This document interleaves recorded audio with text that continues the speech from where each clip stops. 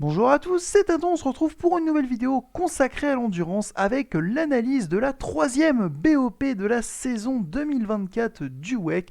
En effet, avec les 6 heures de Spa qui ont lieu ce week-end, on a eu une nouvelle BOP de publier en Hypercar et en LMGT3.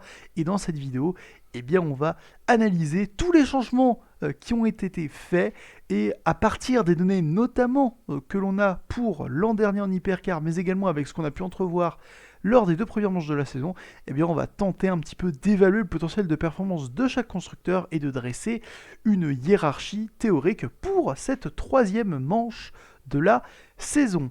On commence donc directement en revenant sur les performances de la deuxième manche de la saison, les 6 heures d'Imola qui ont été gagnées par Toyota, et pour aboutir aux chiffres que vous allez voir dans un instant, que je vous explique très brièvement, en fait c'est basé sur les données timing du WEC, et ensuite en l'occurrence on a The Bepailar qui prend les 50% des tours les plus rapides pour chaque pilote, et moi je me suis tout simplement amusé à faire la moyenne pour chaque voiture, et donc j'ai mis à chaque fois la voiture plus rapide par constructeur.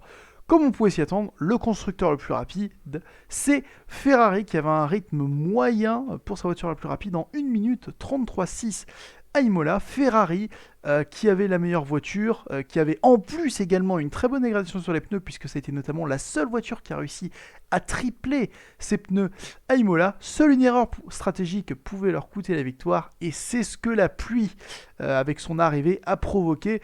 Et donc voilà pourquoi est-ce que Ferrari a réussi à perdre une course qui pourtant leur tendait les bras. Malheureusement, la stratégie de rester en piste en pneus slick n'a pas fonctionné, puisque alors qu'eux ils ont tenté de rester en piste, en l'occurrence les pneus pluie tournaient plus de 10 secondes autour plus rapidement. Enfin bref, vous avez tous vu ce qui s'est passé à Imola, forcément grosse désillusion pour les tifosi. En deuxième place du rythme moyen à Imola, petite surprise avec l'écart, puisqu'on a Toyota qui se retrouve seulement un dixième derrière.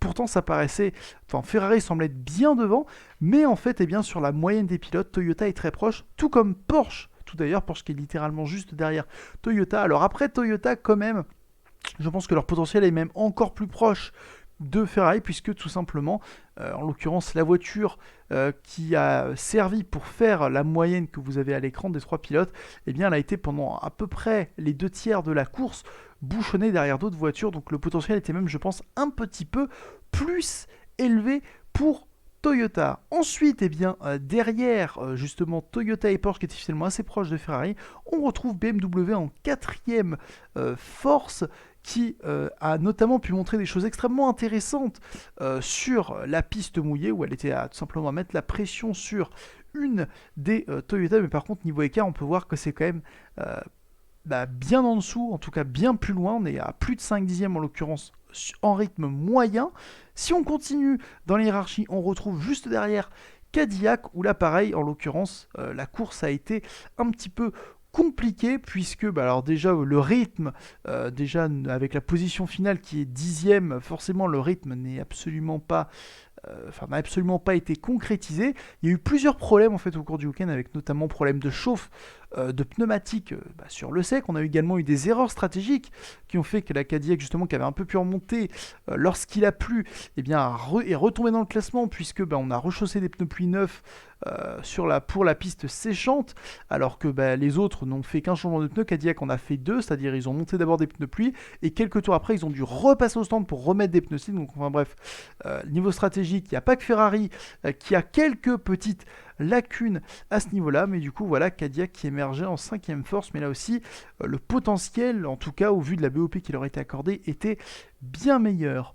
On retrouve ensuite en sixième force Lamborghini qui petit à petit progresse, mais là en l'occurrence reste encore loin, parce que c'est même pas au niveau de BMW et de Cadillac. En l'occurrence c'est 3 dixièmes derrière et à plus de 8 dixièmes du rythme de la meilleure voiture, en tout cas qui est en l'occurrence l'une des Ferrari. En septième position niveau rythme, on retrouve Peugeot qui, pour la première sortie de sa nouvelle voiture, sans tir, pas trop mal, puisque la BOP en plus n'était pas forcément favorable, quand même réussi à être sous la seconde la meilleure voiture. Donc bien sûr, on verra comment est-ce que cela évolue, notamment aux 6 heures de Spa. Et enfin, pour clore ce classement, on retrouve Alpine, qui en l'occurrence a été une grosse déception sur le week-end, puisqu'ils ont ils ont eu un week-end assez difficile, et ils n'ont pas pu réellement exploiter le potentiel de leur voiture, mais je pense que c'est plus lié, en tout cas de ce qu'ils ont dit eux aussi, c'est plus lié à la nature particulière de la piste d'Imola. Puis forcément, 9ème, comme d'habitude, on retrouve Isota Fraschini, qui là aussi progresse petit à petit, qui réduit l'écart, mais ça reste quand même à 1,5 seconde de Ferrari, donc on verra là aussi ce que ça donne à Spa. On va donc directement maintenant rentrer dans le vif du sujet avec la BOP qui sera en vigueur à Spa-Francorchamps. Et là, comme vous pouvez le constater, finalement, on a très peu de changements. En tout cas, les changements sont assez mineurs. Premier truc qui doit certainement vous sauter aux yeux, c'est que toutes les voitures ont eu une baisse de puissance, excepté une, qui est en l'occurrence Isota Fraschini, mais sinon elles ont toutes eu également une augmentation de la masse. Et la seule voiture qui ne suit pas cette logique, c'est la Cadillac. Cela démontre entre guillemets ce que je vous expose lors de la dernière analyse de BOP, où je disais que Cadillac était tout simplement la voiture référence, c'est-à-dire la voiture qui était donc la plus lente pour établir le BOP. Et là, au vu de comment est-ce que toutes les autres voitures sont justement étalonnées par rapport à la Cadillac qui est à la masse minimale, cela confirme plutôt mes dires. De manière brute, on ne pourrait pas vraiment quantifier finalement ce que les changements vont apporter par rapport à Imola, parce que les pistes ne sont pas totalement identiques. C'est pourquoi on va passer sur simplement une comparaison avec les données, avec la BOP des 6 heures de Spa 2023, et vous allez voir, c'est bien plus éclairant. Et en l'occurrence, qu'est-ce que ça donne ? Comme vous pouvez le constater, pour les 4 constructeurs qui était à concourir à Spa l'an dernier, parce que la Peugeot, forcément, c'est plus le même modèle, donc ça n'a aucun intérêt de comparer les deux BOP, on peut voir des changements assez intéressants. La première chose que l'on peut constater, c'est qu'on a eu Ferrari qui a été quand même pas mal impacté en perdant en ayant une augmentation de plus de 10 kg et une réduction en puissance en kilowatts de 3 kW, donc ça fait environ 5 chevaux. Toyota, pareil, pas mal impacté, qui prend aussi pas mal de masse, mais qui à l'inverse gagne en puissance. Et puis après, Cadillac a été assez gagnant, puisqu'on perd 5 kg et on gagne 3 kW. Et Porsche, on gagne en masse, mais c'est contrebalancé par une perte de puissance. Maintenant, si on regarde avec les voitures justement qui n'ont pas roulé l'an dernier à Spa, qu'est-ce qu'on peut comparer ? C'est simplement Imola.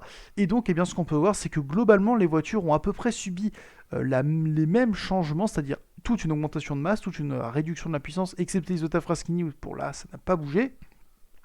Mais je pense plus en l'occurrence que ces changements, ils sont pas vraiment liés à la performance, mais c'est plus lié aux caractéristiques du circuit, donc en l'occurrence le fait que la Peugeot serait un petit peu plus à l'aise, semble-t-il, sur le circuit de Spa, bien sûr, en tout cas c'est la seule interprétation qu'on peut faire. On va maintenant justement passer à ce que je vous ai évoqué, c'est-à-dire une petite comparaison intéressante avec le rythme en fait qu'on avait l'an dernier à Spa. Donc là pareil, je vous ai mis les 4 constructeurs et le rythme que chacun avait l'an dernier lors des 6 heures de Spa, donc la même méthode que ce avec quoi j'ai fait la comparaison pour le rythme lors des 6 heures d'Imola.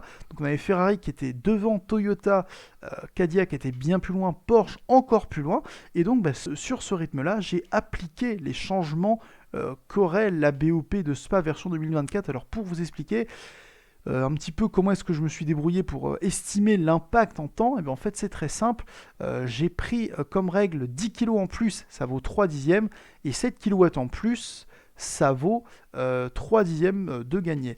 Donc voilà un petit peu pour comment est-ce que je me suis débrouillé, et du coup qu'est-ce que ça donne avec ces ajustements ? Voici les résultats en tout cas que ça donne. Donc Ferrari perd en rythme, ce sont les plus gros perdants. Toyota perd un peu moins, mais du coup ça les rapproche de Ferrari. Cadillac sont également les gros gagnants de l'histoire parce qu'eux sont les gagnants en l'occurrence en rythme. Porsche par contre c'est plutôt statu quo en l'occurrence, voire légère perte comparé à l'an dernier. Donc là forcément c'est on va dire un impact théorique.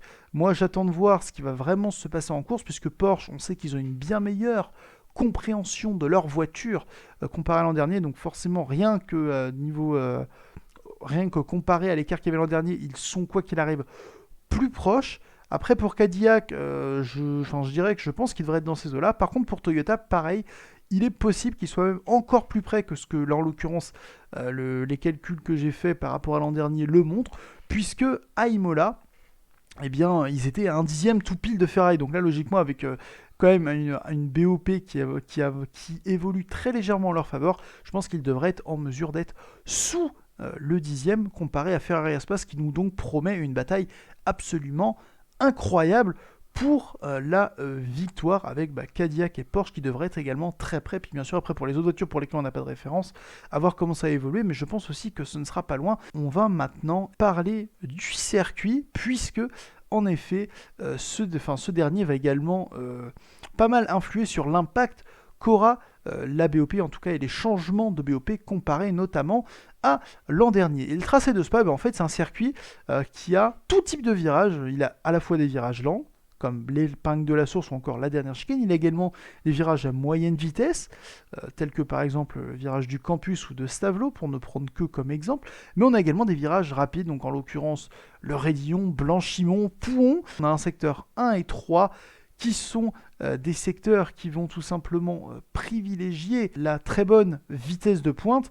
Et c'est également l'un des aspects qui fait que Spa était une très bonne préparation pour le Mans en l'occurrence, puisque le secteur 1 et le secteur 3, c'est ce qui fait qu'on doit rouler avec peu d'appui sur les voitures, même si on a le secteur 2 qui en l'occurrence est très sinueux, où là aussi il faut quand même mettre de la charge, donc c'est aussi un dilemme pour régler les voitures. La chose qui sera extrêmement intéressante de regarder, c'est qui pourra passer le réduit à fond, parce que oui, en hypercar, il n'est absolument pas évident que tout le monde passe à fond. En l'occurrence, l'an dernier, lors des 6 heures de Spa, on avait seulement Ferrari et Toyota qui réussissaient à passer le réduit à fond, sinon tous les autres constructeurs devaient un petit peu lâcher. Donc là, ce sera quelque chose d'assez intéressant également pour constater les progrès des uns et des autres à ce niveau-là. Également, chose intéressante, ce que j'ai pu regarder avec les données de l'an dernier, c'est que au niveau des secteurs, sans surprise, Ferrari très bien positionné en tout cas dans les secteurs 1 et 3, les secteurs justement où il fallait emmener de la vitesse de pointe. Et Toyota, à l'inverse, eux, étaient très à l'aise dans le secteur 2. Là aussi, on sait que la Toyota est une voiture qui aime beaucoup les virages rapides. C'est simplement la meilleure voiture dans ce type de virage-là. En l'occurrence, les données de l'an dernier, des 6 heures de Spa de l'an dernier, semblent parfaitement le confirmer. Enfin, pour finir sur l'aspect circuit, il faudra également prendre en compte que c'est un circuit qui, justement, du fait qu'il ait des virages rapides, moyen et rapide, va pas mal solliciter les pneus, et en l'occurrence va susciter une grosse dégradation. Donc forcément, là aussi, ceux qui seront capables de préserver leurs pneus pour avoir un double relais qui se passe du mieux possible, ce sera forcément un avantage clé dans le cadre de ces 6 heures de Spa. On passe maintenant à la catégorie LM GT3 en commençant par la même chose qu'on avait fait du côté de la catégorie Hypercar en revenant sur la dernière manche.